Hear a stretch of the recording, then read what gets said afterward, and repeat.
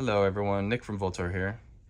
Last week we opened up a wooden crate in the other building and we found a small quantity of these Viz KM12 polylithic uppers in KeyMod.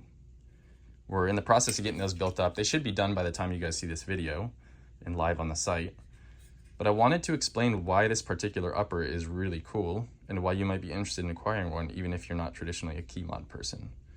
But to do that, we have to travel back in time more than a decade to when the Marine Corps was doing their M16A4 upgrade program, sometimes referred to as the M16A5.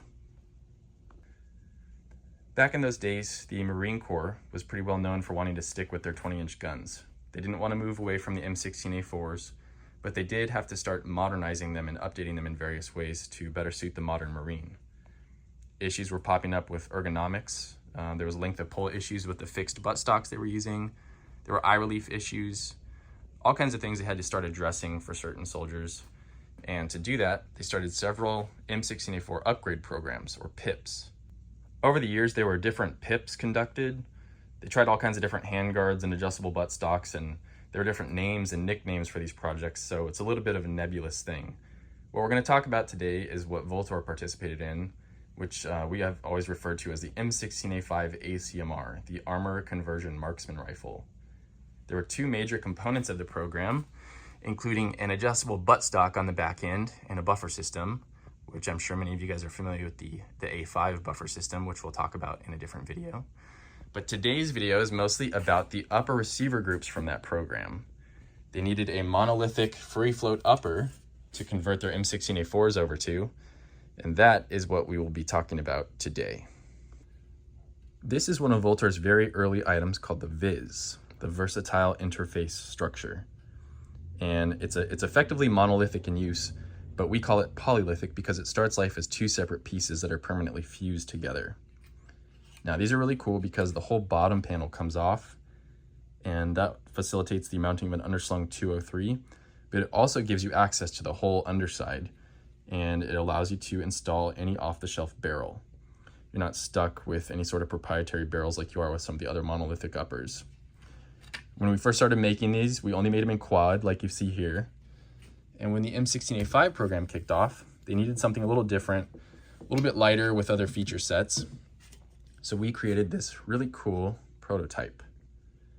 As you can see, it's a little bit funky. It uses pressed-in PEM nuts like our legacy series of CAS-V handguards.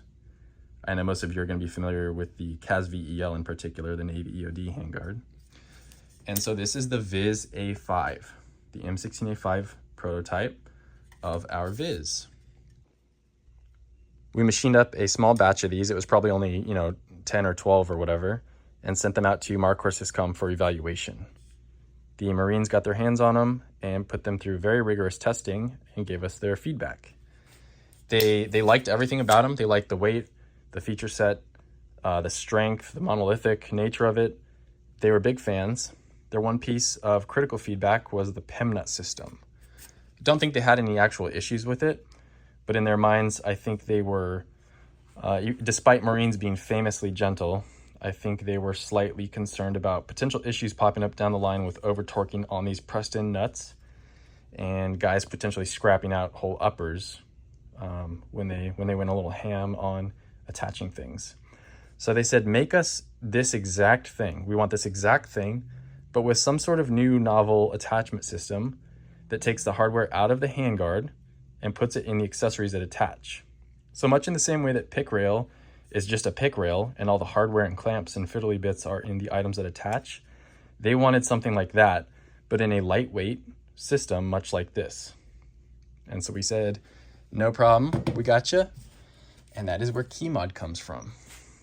What you're looking at here is the second iteration, the second prototype of monolithic Viz for the M16A5 program. And this is a very, very early KeyMod item. This upper plays a huge role in the KeyMod story in general.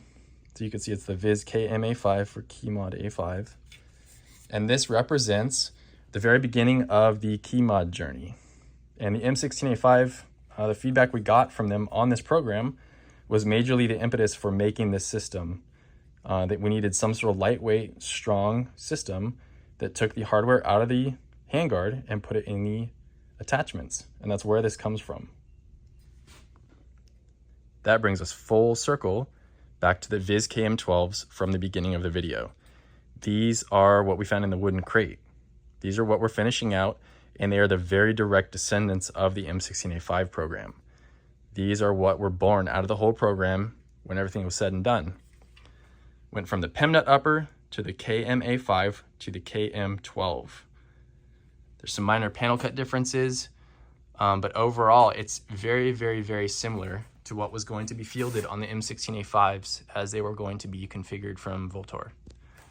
So the prototypes were only made in very, very small quantities. I don't even have one. The KM12s are the only thing you can actually get to approximate an M16A5 at home. By the time you guys see this, they should be up on the site. We haven't had these in a number of years. We're definitely not going to make them again. So I hope you guys snag some of these up and do some cool M16A5 inspired builds. I'll keep my eye out on the forums to see what you guys are up to. But yeah, these are super cool. It's a cool part of gun history, cool part of Vltor history. And I know not all of you guys are key mod guys, but I think that this particular upper has some pretty cool provenance and a cool story. I hope to see some in some of your little side projects coming up.